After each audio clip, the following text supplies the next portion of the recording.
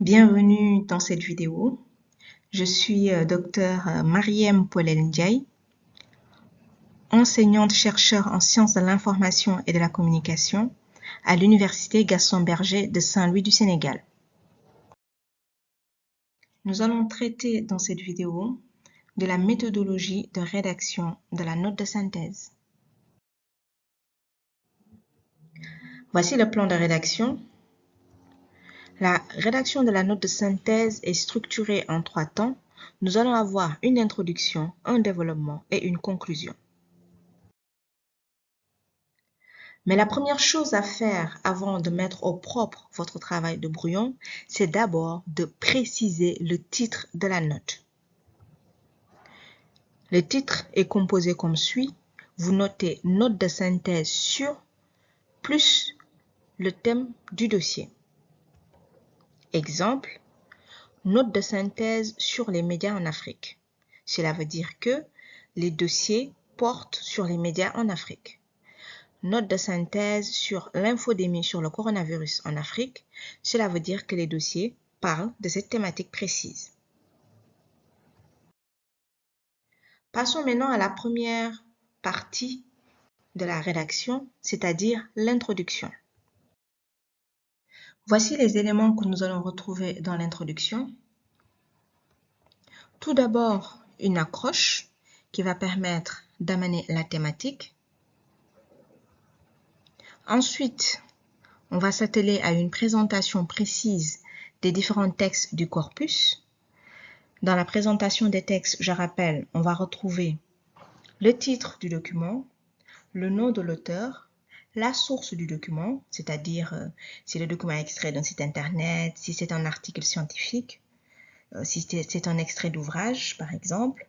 On va aussi retrouver la date de publication, le nombre de pages et enfin l'idée générale pour chaque document. S'ensuit une présentation de la problématique. Je rappelle que la problématique, c'est la question générale qu'on se pose sur le corpus et à laquelle chaque document répond à sa manière. Et enfin, on termine par annoncer le plan. Voici un exemple d'introduction d'une note de synthèse qui portait sur l'aide de l'État à la presse au Sénégal. En jaune ici, surligné jaune, vous avez l'accroche. Depuis les indépendances, les entreprises de presse et le gouvernement sénégalais sont liés financièrement. C'est une accroche courte mais efficace. Vous n'avez pas besoin d'avoir des accroches kilométriques. L'idée, c'est juste d'amener la thématique. Ensuite, on enchaîne une petite phrase pour introduire le corpus. Le dossier soumis à notre étude porte sur l'aide de l'État sénégalais à la presse et composé de 3 documents. S'ensuit une présentation des différents textes. Le premier document est de Morfei et s'intitule « Bilan et perspectives de l'aide de l'État à la presse au Sénégal », publié sur le site Les enjeux de l'information en 2015.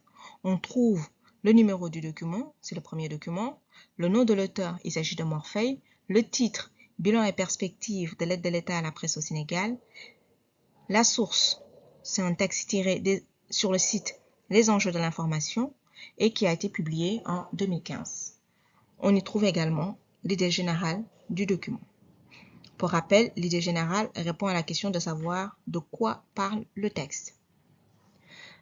On enchaîne avec les autres documents, on fait la même chose, on précise le titre, le numéro de document, c'est important, la source, khalisman.com, la date de publication, et puis on précise derrière l'idée générale. On fait la même chose pour le dernier document. Une fois que vous avez présenté les textes, vous enchaînez en introduisant la problématique du document. Donc ici, la problématique, c'est celle-ci. De manière large, ces documents s'interrogent sur l'inefficacité de l'aide à la presse au Sénégal.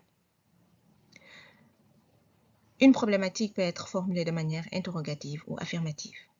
Et enfin, on termine en annonçant le plan de la note de synthèse. La première partie sera l'occasion de présenter les différents mécanismes de répartition de cette aide. Ensuite, il s'agira de mettre la lumière sur la mauvaise gestion de cette aide et ses impacts. Enfin, les solutions proposées par les différents auteurs pour y remédier seront énumérées. J'attire votre attention par ailleurs sur quelques écueils à éviter au moment de rédiger votre introduction. Il faut éviter par exemple de reprendre le plan d'un document comme plan pour toute la note de synthèse, c'est-à-dire que vous lisez le document 2 par exemple, vous reprenez exactement les titres, les sous-titres et vous les utilisez comme structuration de votre plan. Ici, l'erreur, c'est que vous risquez d'avoir un plan qui ne reflète qu'un seul document. Alors que quand on fait une synthèse de documents, l'idée, c'est vraiment de produire un nouveau document organisé et cohérent qui prend en compte l'ensemble du corpus soumis à votre étude. Il faut aussi éviter parfois de faire un résumé d'un document en guise d'accroche. C'est-à-dire, vous lisez un document, vous faites son résumé. Une accroche, ce n'est pas un résumé d'un document. Une accroche, c'est une petite phrase qui va vous permettre, comme je disais tantôt, d'amener la thématique, d'introduire la thématique de la note de synthèse. Et enfin, soyez rigoureux dans l'écriture de votre note de synthèse. Vérifiez l'identité de l'auteur pour chaque document.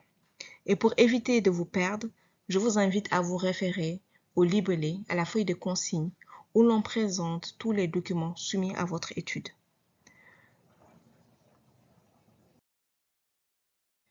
Passons maintenant à la deuxième grande étape dans la rédaction de la note de synthèse, à savoir le développement.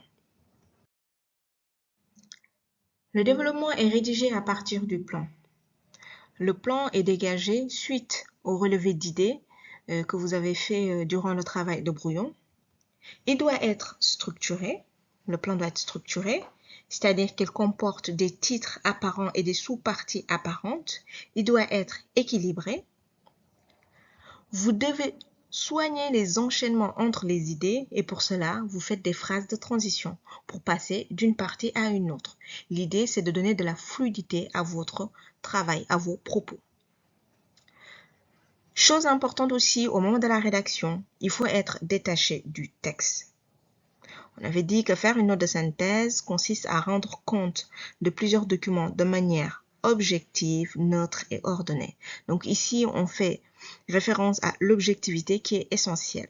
Vous n'écrivez ni à la première personne du singulier, ni à la première personne du pluriel. Donc pas de nous, pas de je. Il faut toujours reformuler les idées et éviter les copier-coller. Sinon, vous risquez d'être hors sujet.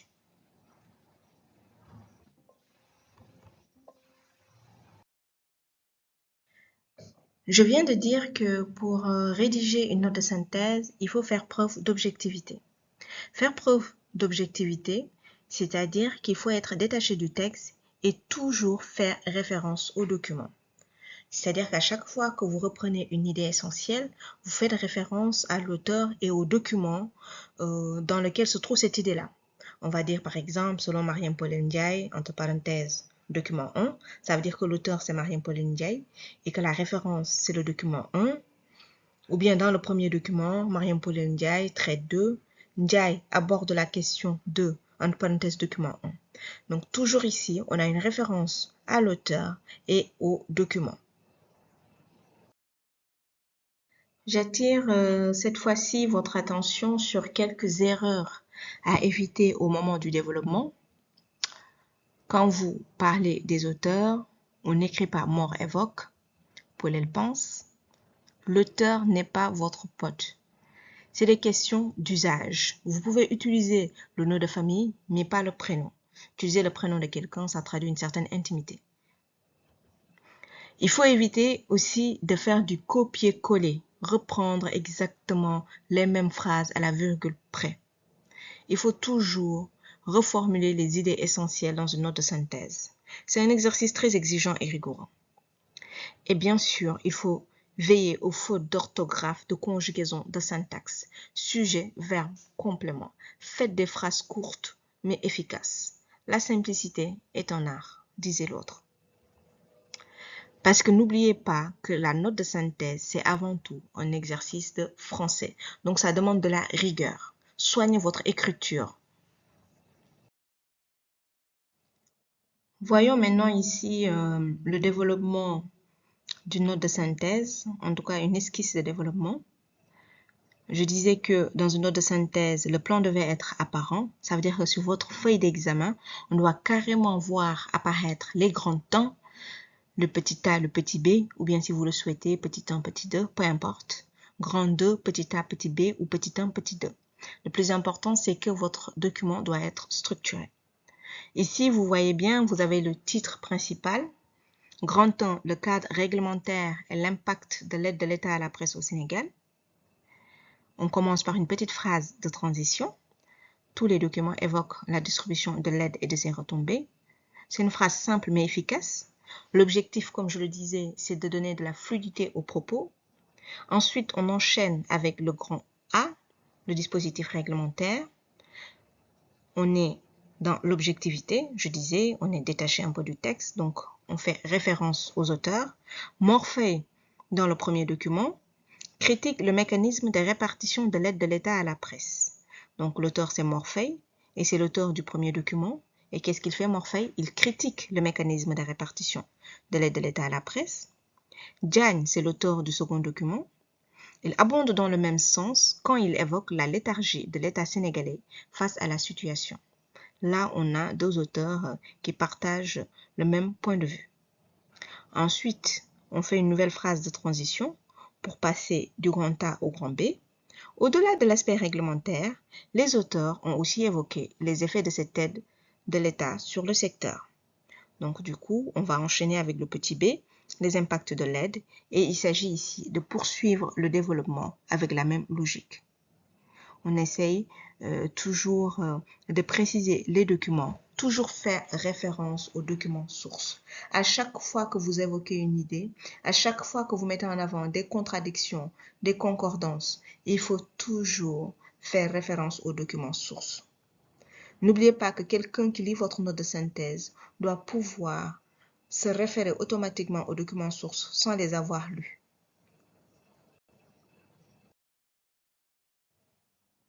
Passons à présent à la dernière étape de la méthodologie qui consiste à la rédaction de la conclusion. La conclusion sert à faire le bilan de la confrontation des textes, donc on conclut. C'est aussi le moment de donner son avis s'il vous a été demandé dans les consignes. Mais si on ne vous a pas demandé votre avis, vous ne le donnez pas bien sûr. Mais s'il a été précisé, c'est à ce moment-là où vous allez préciser votre point de vue sur un sujet. Voici un exemple de conclusion. À la lecture de ces trois documents, les auteurs ont beaucoup dénoncé les critères de répartition de l'aide de l'État à la presse sénégalaise en dénonçant sa politisation. Morphée, Madiambal Diagne et Jean Pires ont également exposé les problèmes, notamment celui de la précarité du métier que les journalistes subissent malgré la somme colossale perçue par les organes de presse. C'est une conclusion, elle n'a pas besoin d'être kilométrique. Là encore, il faut aller à l'essentiel et puis voilà, synthétiser, aller droit au but et être efficace. C'est le secret d'une conclusion percutante. Nous arrivons à la fin de cette vidéo. Je vais faire un petit récapitulatif des points saillants. La note de synthèse, c'est un texte rédigé à partir de plusieurs documents. Ces documents se rapportent toujours à la même thématique. La note de synthèse requiert un respect méthodologique, nous l'avons vu. Pour mettre au propre votre note de synthèse, vous devez la structurer en principalement trois parties, faire une introduction, prévoir un développement et une conclusion. Je précise ici qu'au moment de mettre au propre, vous n'avez pas forcément besoin de mettre introduction, développement, conclusion. Vous pouvez directement mettre votre introduction, enchaîner avec votre plan dans le développement et terminer avec une conclusion. Il faut veiller également à une présentation aérée, c'est-à-dire sauter des lignes entre les parties pour aérer un peu votre copie. Et écrivez dans un style concis. Évitez les phrases kilométriques. Plus une phrase est kilométrique, plus elle risque de perdre son sens. La note de synthèse est avant tout un exercice de français. Ça veut dire qu'il faut faire attention aux fautes d'orthographe, de syntaxe. Elle ne doit pas dépasser les 2 pages de votre feuille d'examen, c'est-à-dire qu'on n'utilise pas d'intercalaire. La note de synthèse doit se limiter à la feuille d'examen et l'épreuve dure 4 heures.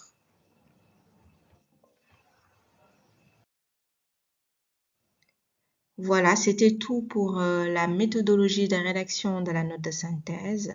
Je vous souhaite bon courage dans cet exercice-là.